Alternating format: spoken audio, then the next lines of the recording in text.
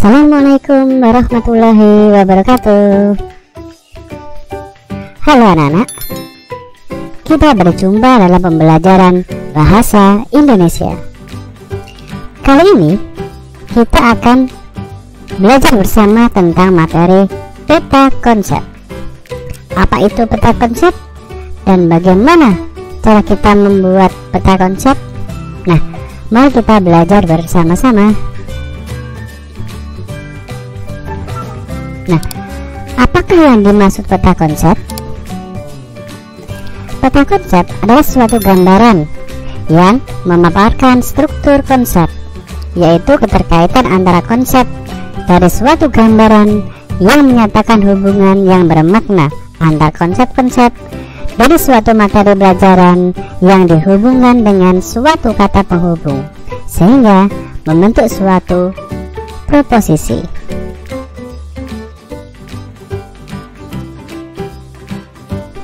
Nah, apakah fungsi dari peta konsep untuk kalian? Fungsi dari peta konsep untuk kalian antara lain yaitu 1. Menjaga topik bahasan supaya tetap berada pada jalur materi yang sedang dikejar. Kemudian, supaya kalian mudah mengingat aspek-aspek penting dalam materi tersebut. Yang ketiga, melatih kalian untuk memaparkan atau mempresentasikan hasil dari kalian belajar melalui peta konsep kalian sendiri. Yang keempat, mendapatkan gambaran-gambaran atau poin-poin penting yang ada di materi, sehingga kalian dapat lebih mudah untuk memahami materi. Nah, sekarang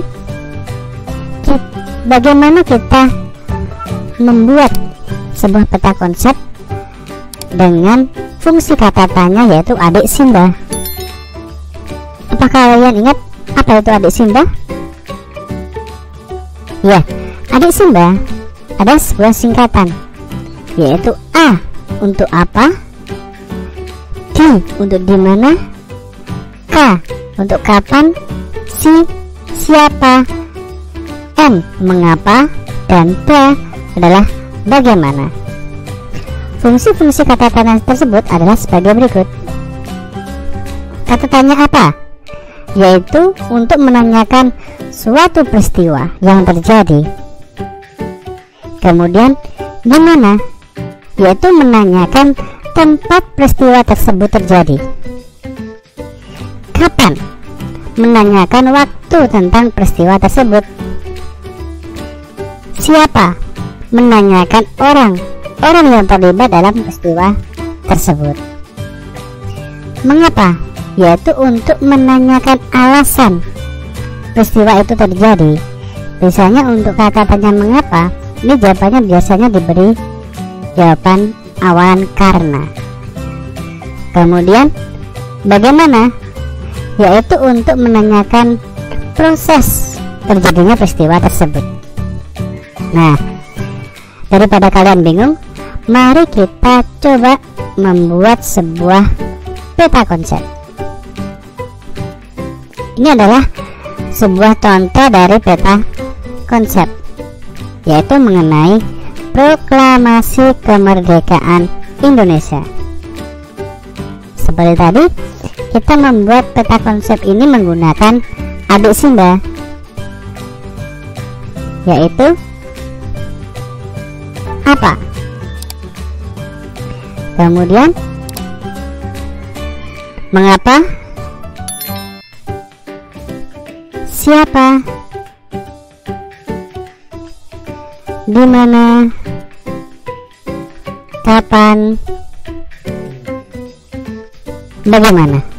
Nah, jadi kata-kata tanya itu nanti akan memancing, yaitu sebuah persepsi kalian mengenai Proklamasi Kemerdekaan Indonesia. Jadi pusatnya adalah Proklamasi Kemerdekaan Indonesia, kuncinya. Misal kita membuat pertanyaan dari kata apa, kita hubungkan dengan intinya, yaitu apa proklamasi kemerdekaan itu? Nah, apa proklamasi kemerdekaan Indonesia? Nah, kita bisa memberi sebuah argumen tentang proklamasi kemerdekaan, yaitu proklamasi kemerdekaan adalah sebuah peristiwa bersejarah di mana bangsa Indonesia meraih kemerdekaan. Nah, kemudian mengapa kita hubungkan dengan inti dari peta pikiran tersebut, yaitu mengapa proklamasi kemerdekaan? Jadi, mengapa bangsa Indonesia memproklamasikan kemerdekaannya? Nah, jawabannya yaitu karena merupakan saat yang tepat untuk melepaskan diri dari penjajah dan memperoleh kemerdekaan. Sekarang kata tanya siapa? Jika dihubungkan dengan proklamasi kemerdekaan, kita bisa membuat sebuah pertanyaan, yaitu siapakah yang memproklamasikan kemerdekaan Indonesia? Di sini kita bisa memberi jawaban, yaitu Insinyur Soekarno dan Muhammad Hatta. Kemudian bagaimana kita bisa menghubungkan dengan proklamasi kemerdekaan Indonesia, yaitu bagaimana proses terjadinya proklamasi kemerdekaan Indonesia? Nah, kita bisa memberikan jawaban, yaitu dimulai dengan pembacaan teks proklamasi oleh Insinyur Soekarno dan dilanjutkan dengan pengibaran bendera merah putih. Kemudian kata tanya, kapan proklamasi kemerdekaan itu dilaksanakan? Kita bisa memberi jawaban, yaitu pada tanggal 17 Agustus 1945. Dan yang terakhir, katanya di mana? Di sini kita bisa mudah sekali memberi pertanyaan. Bisakah kalian bisa mencoba? Ya, tepat sekali. Yaitu di mana proklamasi kemerdekaan Indonesia dilaksanakan? Yaitu di Jalan Pegangsaan Timur nomor 56. Nah, seperti inilah contoh-contoh dasar, yaitu menggunakan peta konsep. Jadi di sini adalah pokoknya, kemudian ini adalah sub dari pokok-pokoknya. Jadi tetap berhubungan dengan pokok yang ada di tengah.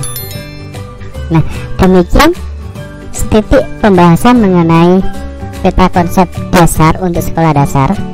Ya, semoga bermanfaat. Assalamualaikum warahmatullahi wabarakatuh. Terima kasih.